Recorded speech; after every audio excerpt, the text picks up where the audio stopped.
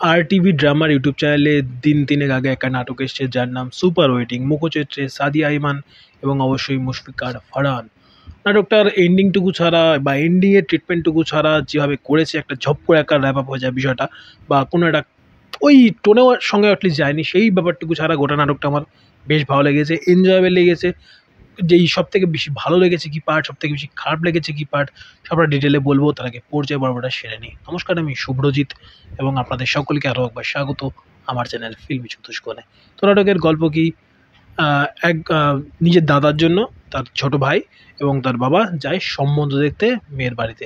সেখানে গিয়ে মেয়ে দেখার আগে মেয়ের বোনের প্রতি আমাদের হিরো বা মুশফিকার ফারহানের কোথাও একটা গিয়ে ভালো লাগা জন্মে যায় এবং সেখান থেকেই তাদের মধ্যে একটা রিলেশনশিপ বিল্ড আপ হয় এবং সেখান থেকে ব্যাপারটা কীভাবে ক্রিস ক্রস হয়ে যায়, মানে দাদা দিদি ভাই বোন, এই সম্পর্ক থেকে ব্যাপারটা ভাই দিদি দাদা বোন এই একটা ক্রিসকসের সম্পর্কে চলে আসে এবং এই গ্যালাকলটা কী করে হয় এবং সেটা থেকেই আদৌ জটটা খোলা সম্ভব নাকি এই জট নিয়ে তাদেরকে সারা জীবন কাটাতে হয় এবং আলটিমেটলি একটা প্রেম যেটা একটা বিশাল বড় পূর্ণতা পেতে পারতো সেখান থেকে প্রেমের সলিল সমাধি হয়। সেই গল্পই আপনাকে এই 50 মিনিট বা 55 মিনিটের এই নাটকটা যার নাম সুপার রাইডিং দেখাবে। এবং সুপার রাইডিং কি আসলেই সুপার বাম্পার হিট হতে পারে, দেখ না কোথাও থেকে সুপার ডুপার ফ্লপ হয়, সেটাই এই সুপারের পরে আর ওয়েটিংয়ের মাঝে হিট না ফ্লপ আছে সেটা জানতে হলে আপনাকে নাটকটা পুরোটা দেখতে হবে।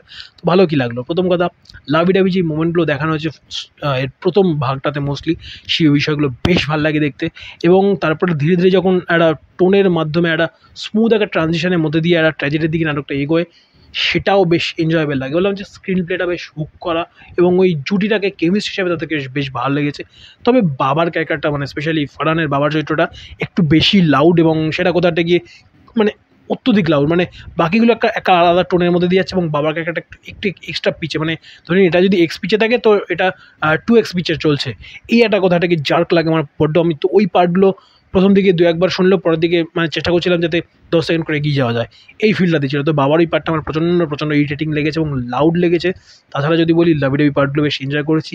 যেই জায়গাটাতে ডায়লেমাটা তৈরি হয়, যে জায়গাটাতে গ্যারাকলটা সৃষ্টি হয়, সেই জায়গাটা আমার বেশ দেখতে ভালো লেগেছে। ওভারঅল একটা এনজয়েবল নাটক। এন্ডিংটুকু একটু বিরক্তিকর লাগে। তাছাড়া গান টান দিয়ে যেরকম প্রেজেন্টেশনটা করেছে সবাই মিলে, একটা বেশ কমার্শিয়াল টোন রয়েছে এবং যেই অডিয়েন্সকে মাথায় রেখে বানানো হয়েছে তাদের জন্য কিন্তু বেশ একটা হিট, একটা বেশ ফর্মুলা এবং তার জন্য প্রায় 3 মিলিয়নের কাছাকাছি গিয়ে ভিউয়ার্সের পৌঁছে গিয়েছে। ওভারঅল যারা দেখেছেন অবশ্যই কমেন্ট বক্সে জানান আপনাদের কেমন কী লেগেছে। খুব বেশি কিছু বলবার জায়গা নেই, বাট ওই যে বললাম যে মোমেন্টগুলো সৃষ্টি করেছে ফারহান এবং অবশ্যই সাদিয়া ইমানের মধ্যে, সেই জায়গাগুলো ভালো লাগে। কিংবা যখন এই স্পেশালি দুই ভাইয়ের মধ্যে একটা ডায়লেমা সৃষ্টি হচ্ছে, না তুই ওকে বিয়ে কর, না তুই একে বিয়ে কর, না আমি ওকে বিয়ে করবো, এই যে কনফ্লিক্টটা, ওই জায়গাগুলো বেশ মজা লাগে দেখতে। বাবার পার্টটা যখনই ঢোকে তখনই একটু বিরক্তি লাগতে শুরু করে। ওভারঅল ঠিকঠাক একটা নাটক, আরও বেটার হতে পারতো। এই ছিল রিয়াকশন। ভালো লাগলে লাইক কমেন্ট শেয়ার এবং অবশ্যই প্রথমবারের জন্য চ্যানেল থেকে থাকলে চ্যানেলটাকে সাবস্ক্রাইব করুন, পাশে থেকে নোটি বাটনটাতে অল নোটিফিকেশন অন করে চ্যানেলের সঙ্গে থাকতে ভুলবেন না। ভালো থাকুন, ভালো রাখুন এবং অবশ্যই ভালো ভালো কন্টেন্ট দেখতে থাকুন। Bye bye.